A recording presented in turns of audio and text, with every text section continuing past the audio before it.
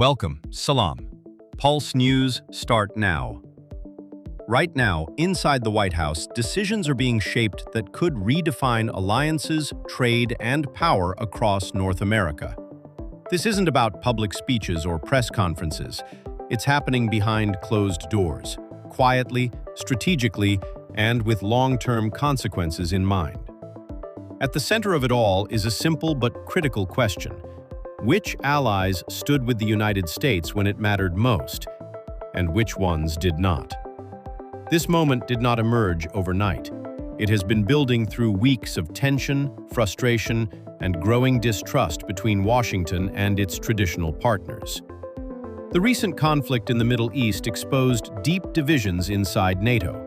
While the United States pushed for coordinated military action to secure vital global routes, several key allies chose not to participate. Some declined outright. Others limited their involvement. From Washington's perspective, this was more than hesitation. It was a signal that the alliance was no longer functioning as expected. In response, the tone inside the administration shifted. What was once managed through diplomacy is now being reframed through strategy. Reports indicate that discussions are underway about repositioning American military forces across Europe, not as a withdrawal, but as a realignment. Troops could be moved away from countries seen as uncooperative and redirected toward those that supported U.S. objectives. It's a move designed to send a clear message. Support is no longer unconditional.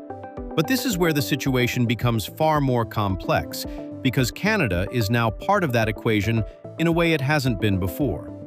For decades, Canada has been one of the most stable and predictable partners of the United States. Economically integrated, politically aligned, and militarily cooperative. But in this latest crisis, Canada chose a measured approach. Instead of joining direct military operations, it emphasized de-escalation, international law, and diplomatic balance. It avoided confrontation, but in doing so, it may have placed itself in a gray zone. And in a system that is increasingly transactional, gray zones are dangerous. Because at the same time these military decisions are being discussed, another critical deadline is approaching: the review of the North American trade agreement that underpins nearly every major industry across the continent. This review is not just a formality. It will determine whether economic stability continues or whether uncertainty becomes the new normal. The United States has already signaled dissatisfaction with the current structure of the agreement. There are discussions about revising it, reshaping it, or even replacing it entirely. And in this environment, political alignment may carry as much weight as economic logic.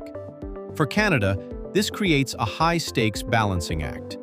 On one side, it remains deeply connected to the U.S. economy, with the majority of its exports heading south.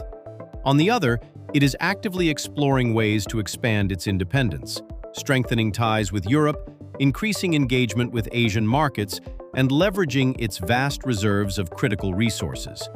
These resources, especially minerals essential for advanced technology and energy systems, are becoming a key part of Canada's strategy. They are not just commodities, they are leverage. And in a world where supply chains define power, that leverage matters more than ever.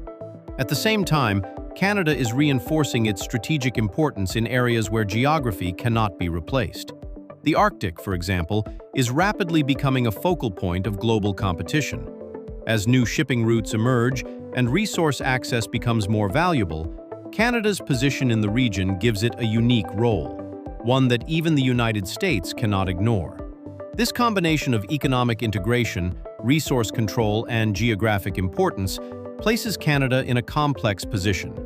It is neither fully dependent nor fully independent. It is navigating a space where every decision must be calculated carefully.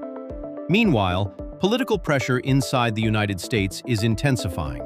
With upcoming elections on the horizon, economic performance is under scrutiny. Trade disruptions, rising costs, and shifting alliances are no longer distant policy issues. They are becoming domestic political challenges. This adds another layer to the situation. Decisions made in Washington are not just about global strategy. They are also about internal stability. and that means every move carries both international and domestic consequences. So where does this leave the relationship between the United States and Canada?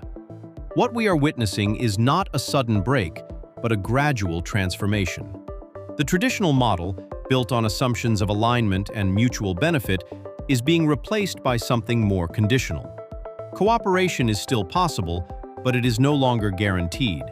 Every agreement, every partnership, every decision is now part of a broader negotiation. This shift introduces a new kind of uncertainty, not immediate collapse, but ongoing tension, not clear outcomes, but continuous adjustment. In the coming weeks, several key developments will unfold simultaneously. Military positioning within NATO will evolve. Trade negotiations will intensify. Political dynamics will shift as election pressures grow. And throughout all of this, both Washington and Ottawa will continue to test each other's limits. Neither side wants a full breakdown. The economic and strategic costs would be too high. But neither side is willing to operate under the old assumptions anymore. And that is the defining feature of this moment. It is not about conflict. It is about recalibration, a redefinition of roles, a reassessment of value, a restructuring of power. The outcome is still uncertain. It will depend on timing, negotiation, and the ability of both sides to adapt to a rapidly changing environment. But one thing is already clear. The relationship that once defined North America is entering a new phase, one where influence is measured not just by size or history, but by leverage, flexibility, and strategic positioning. And as these decisions continue to unfold behind closed doors, the effects will not stay hidden for long. They will appear in markets, in policies, and in the everyday realities of millions of people. We are not just watching a political moment. We are watching a structural shift in real time. Stay with us as we continue to follow this story, break down the developments, and bring you the full picture of what comes next.